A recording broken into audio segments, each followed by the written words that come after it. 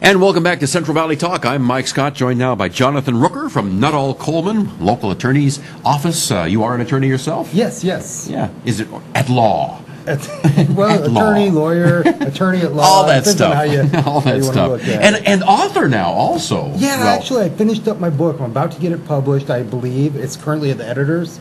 Does it have a title yet? Yes, it's called Bambi Hunt, believe it or not. Bambi Hunt. Loosely based on Robert Christian Hansen, the serial killer out of Alaska. They'd recently made a movie about him, too. I think it was Into the Cold or something to that. What's the Bambi connection? What he did is he actually would kidnap the girls, take them out to his cabin, and then he would release them and hunt them. Ooh, like a deer. Yeah, it's kind of like that. Wow. So what got your interest in that story and made you want to write a book about it? I started writing a short story based on it because I used to do a lot of writing for online publications. And I started in law school, and it kept growing and growing, and now we're 360-odd pages in, and it's full-on book status. Wow. Now, you said they made a movie of it already? They made a movie about Robert Christian Hansen, the serial killer, not about my book. Usually, as you write the book first and the movie follows. No, I'm separate from the... You're separate from that. I'm not related to the movie at all. But the incident, it was kind of an interesting guy. Part of the plea deal is he didn't want any notoriety.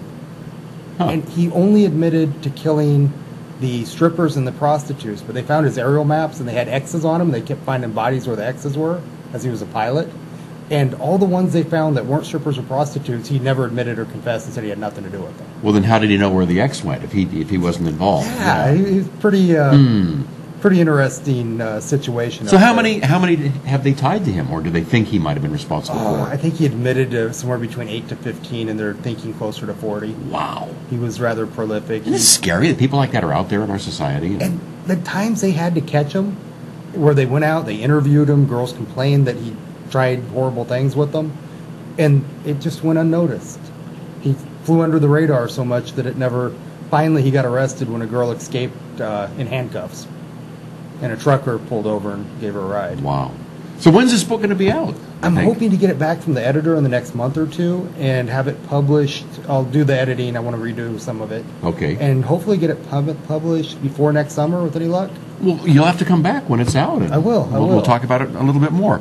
All right, but what's going on down at the office? What's happening at Nuttall Coleman? And it's going good. I get to work with Mark Coleman and Roger Nuttall, two of the longtime best attorneys in the Valley. Nuttall is probably one of the best-known attorneys in Fresno, right? Mark is quietly really good. He's a very good attorney. It's impressive. I didn't know as much until I went to work there. For lots of times, I'll go down and ask Mark questions just as well. It's not that I seek one or the other. Either one can answer any questions I had. Well, what is it about him that you find so intriguing? Mark quietly handles a lot of cases that remain very quiet. They don't come to light as much. He doesn't like the publicity. He keeps his... He's not a Pabugian that wants to wants his face on TV all day. More day. like a silent assassin type. He's not the attention hound or anything. And he's kept out of the media, and he keeps his cases quiet, and many of them never even hit the courthouse. He does a really good job. Yeah. Well, what kind of cases do you handle? I've handled everything from trespassing to homicides. My heart is in DUIs. I totally love my DUIs. Your heart is in DUIs? Why? I love them. I love the science behind it. That just sounds strange. There's something about a DUI. They're one of the most scientific cases to do. I actually received my master's in forensic toxicology since last time I was in. Huh. I think August 11th was my graduation date, and I'm actually going back for a forensic science. I'm about 7 classes shy. That'll be my third master's degree.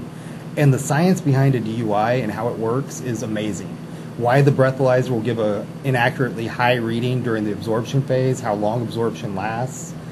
The blood comes in, the alcohol goes into your stomach, about 20% absorbs through the stomach lining. It goes through the caloric valve into the small intestine where most of the absorption takes place. The portal vein or hepatic vein will take... Wait. I lost you. Everyone does that when I talk science. Basically, you're saying that you don't trust the numbers. Don't trust the numbers. Yeah. Don't trust the numbers. They're not accurate. Huh. So with a good attorney, you might be able to fight it. There's science behind it. There's reasons. And now, you're not saying we should have drunk drivers out there on the roads. No, I'm not telling anybody to be a drunk driver. But let's make sure we really got a drunk driver before we run around convicting somebody based on a breath machine that might have faulty science behind it. Well, now, is the blood test also faulty in your mind? The blood test can be much more accurate if done properly. They use gas chromatography to do it. I've gone to school back at a laboratory in Chicago, Axion Laboratories. I've made several trips and learned all about gas chromatography. And there are faults that can happen with the blood test as well. A lot of things can go wrong. If they do it right, it's very accurate. If it's not done correctly with the correct utensils and double checked, then it can go terribly awry. Yeah. Now, we're getting to the point now where all the police are wearing the little cameras. So, I mean, you can tell when somebody is pretty sloshed by the way they walk, or, you know, and if it's going to be recorded on camera, is that going to make your job harder to defend somebody charged with a DUI? It can, or it can make it a lot easier, depending on what occurred. Well, if they're stumbling and falling on the camera... That can make it a lot harder. That definitely can. But also when they're do really well on the camera. If people, the juries get it third person. They have an officer describe why they decided that person was drunk or impaired. But when you get the video up and you show it to them, and a person many times does really good on all of the tests, is answering questions, their speech was not the proverbial slow and slurred, their eyes were not red and watery like every report. You look at them, no, they just look like eyes. And those body cams, I've viewed them, videos from them, they are very good, and they show a lot. And it can also validate the police officers when they're correct. I'm not trying to get guilty people off. The burden on a police officer to arrest is probable cause. The burden at trial is beyond a reasonable doubt. So there's a whole bunch of area that if that officer does his job right, a lot of people should get arrested and should be acquitted. The area in between is huge. An officer can arrest somebody at probable cause. They got to make a snap decision on the side of the road. And at probable cause, I believe a crime's committed, I believe they committed it, so I arrest them. Beyond a reasonable doubt's way over here. Everything in between validates the officer making the right decision on the side of the street and falls short of beyond a reasonable doubt, and that's called acquittal. And people have to worry, or have to stop worrying that they're siding against the officer. They're really validating the officer. If officer only arrests people that are beyond a reasonable doubt, they're letting too many people go. They're not arresting people because it's not beyond a reasonable doubt. There's a big area in between. And the clients attorneys fascinate me. They really do. You don't have an easy job. I mean, it's sometimes you have to defend people that well, it's you know what I'm saying. A very thankless job for Yeah. the general public. The general public, defense attorneys.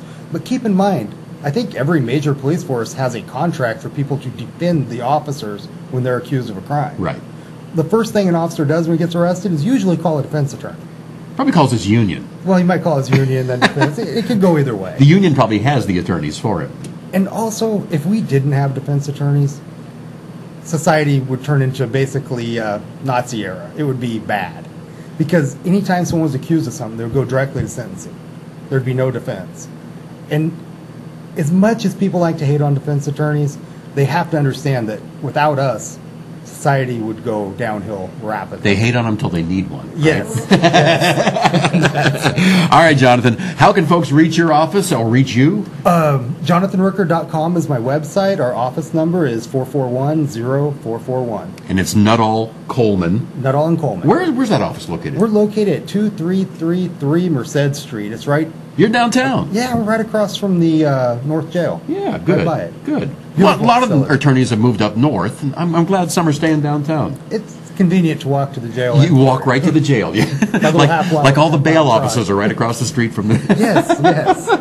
all the bail bonds. Jonathan, thank you for coming in today. Thank you. It's good seeing you Appreciate it. Send some of your buddies, your other attorneys in to chat with us. I think I might do that. I always got a love couple meeting that might. local attorneys. Okay. Yeah, you know the ones that be good on TV. Oh, yeah.